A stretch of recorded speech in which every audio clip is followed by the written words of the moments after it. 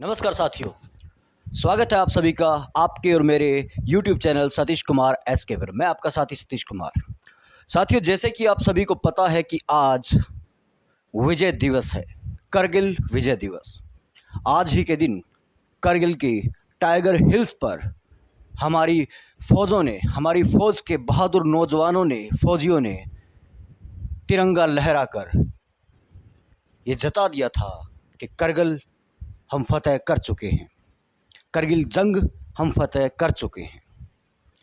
आज हम बात करेंगे उन नामी या उन गुमनाम शहीदों के बारे में, उनके शौर्य, उनकी बहादुरी पर और करगिल के इस युद्ध पर कि आखिर ये हुआ क्यों और इसमें क्या कुछ हुआ। बहुत ही संक्षेप में हम इस पे बात करेंगे।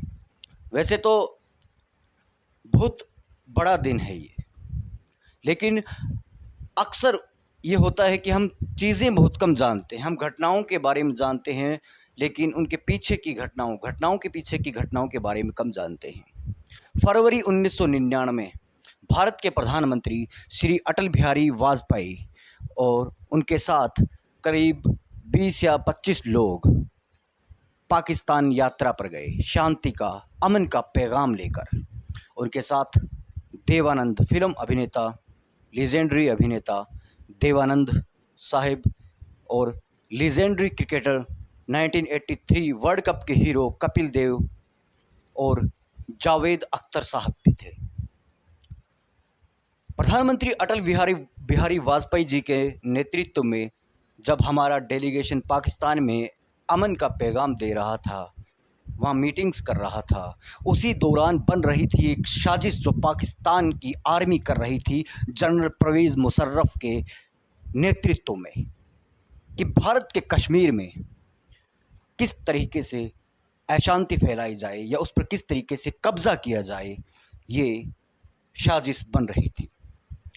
और फरवरी 1999 में जब ये अमन का पैगाम लिए हमारा डेलीगेशन वहाँ था, उसके कुछ ही महीनों बाद करगिल में पाकिस्तान ने ऐलान जंग कर दिया, पाकिस्तान ने हमला कर दिया। और वहाँ महज या केवल पाकिस्तान की आर्मी ही नहीं थी, बल्कि आतंकवादी भी थे, दहशतगर्द या जिन्हें कहते हैं टेररिस्ट ऑर्गेनाइजेशन भी थी वहाँ उनके साथ। तो ये महत्वपूर्ण क्यों है इस पर बात करना?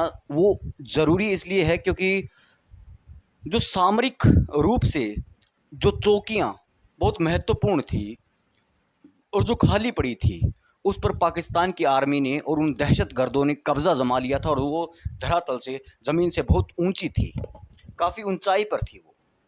अब एक शख्स ऊपर बैठकर वार कर रहा है, हमला कर रहा है, गोलियां चला रहा है, दूसरा शख्स नीचे से हमला कर रहा है, तो दोनों में ज़मीन आसमान का फ़र्क रहता है। जो ऊपर बैठ के हमला कर रहा है वो ज़ाहिरा तौर पर वो ज़्यादा पावरफुल साबित हो सकता है क्योंकि वो ऊपर से है, वो सुरक्षित जगह पर बैठा है।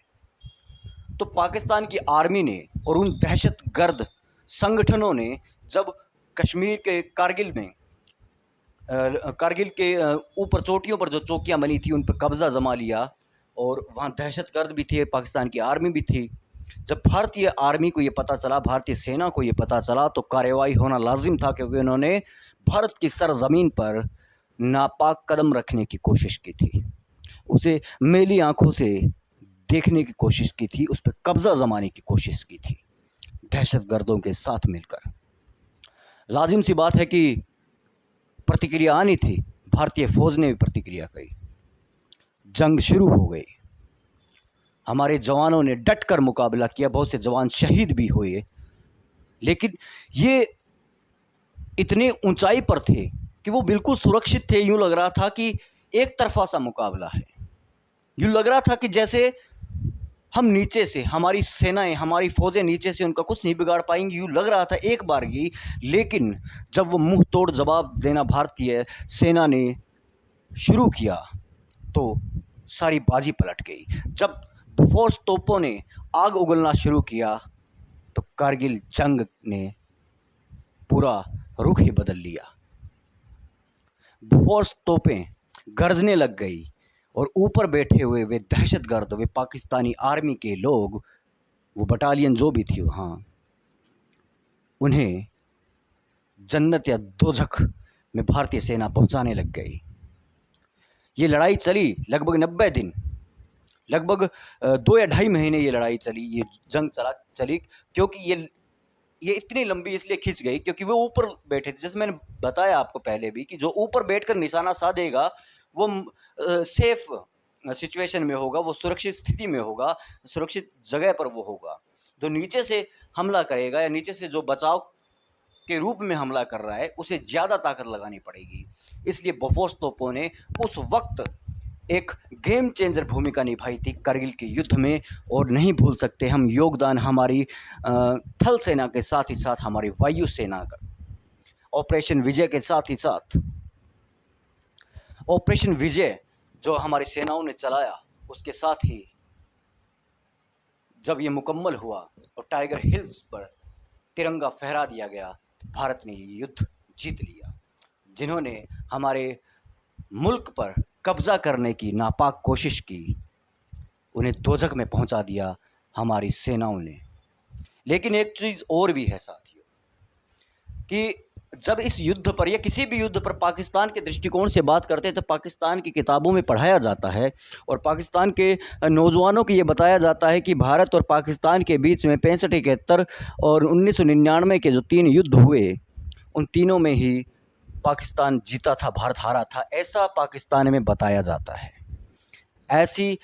ऐसा झूठ प्रचलन में है वहाँ। लेकिन अभी कुछ जागरूक लोगों, जो वहाँ के बुद्धिजीवी है, उन्हें इन चीज़ों का पता है, वो बार बार ये कहते भी रहते हैं।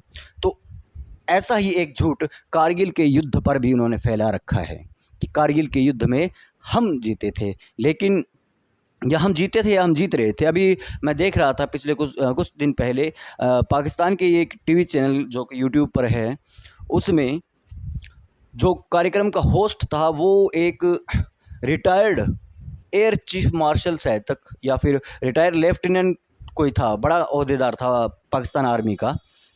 उससे पूछ रहा था या उसे बता रहा था कि करगिल का युद्ध में जनरल परवेज़ मुशर्रफ का ये कहना था कि नवाज़ शरीफ ने ये जो मामला है ये यूएनओ में ले गए, वरना हम ये युद्ध जीते हुए थे, हम जीतने वाले थे, हम नवाज़ शरीफ के कारण हारे हैं। उनका ये कहना था उसमें। तो जो वो लेफ्टिनेंट थे, जो बड़े ओहदेदार थे पाकिस्तान आर्मी के, मैं उनका नाम भूल रहा हूँ, और उनका वीडियो भी है यूट्यूब पर, आप देख लीजिएगा। उनका ये कहना था कि पाकिस्तान ये युद्ध तभी तक जीत रहा था जब तक पाकिस्तान सेना का हिंदुस्तानी फ़ौजों से मुकाबला या आमना सामना नहीं हो गया। और जब दुश्मन फ़ौजें, वो हमें दुश्मन बोलते हैं ना, इसलिए कह रहा हूँ, जब भारतीय हिंदुस्तानी फ़ौजें मैदान में उतर गई और उनका आमना सामना होने लग गया, तो ये मैच पूरा पलट गया। कि पहले तो कोई था ही नहीं, तो वो जीते हुए थे, सामने कोई हमारी आर्मी नहीं थी, कुछ नहीं थे, खाली चौकियाँ थी, उन पर कब्ज़ा कर लिया था। लेकिन सलाम है उन शहीदों को जिन्होंने अपनी जान देकर भी हिंदुस्तान की हिफाजत की, हमारे मादर वतन हिंदुस्तान की रक्षा की, हिफाजत की। और एक चीज़ और भी है, जब ये युद्ध ख़त्म हुआ तो पाकिस्तान ने अपने फ़ौजियों और अपने दहशतगर्दों की लाशें लेने से मना कर दिया था। उन्होंने कहा कि हमारी नहीं है ये।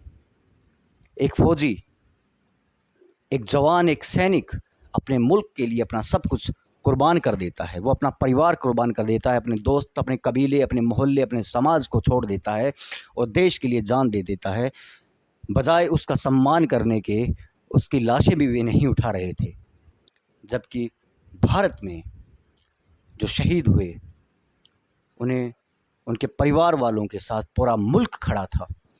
मुझे आज भी याद है, वो बहुत छोटा था मैं उम्र में, लेकिन जब वो रेडियो में समाचार सुनते थे तो यहाँ हमारे ही कस्बे में लोग जलसे के जलसे कर रहे थे कि कैसे न कैसे करके कुछ हो उन शहीदों के परिवार के लोगों के लिए, उन फौजियों के लिए जो लड़ रहे हैं। वहाँ सूरतगढ़ में हो रहा था, पूरा मुल्क हिंदुस्तानी फ़ौज के साथ खड़ा था, लड़ वो रहे थे। लेकिन 120, 25 से 130 करोड़ की हमारी आवाम दिल से, तन मन और धन से उनके साथ जुड़ी हुई थी। आज करगिल विजय दिवस है, हर साल इसी दिन हम मनाते हैं। आप सभी को बधाई। और जाते हुए मैं एक बार फिर से आपको रिमाइंड करवा दूं कि वीडियो को लाइक करें, शेयर करें और मेरे चैनल को सब्सक्राइब करना ना भूलें। विदा।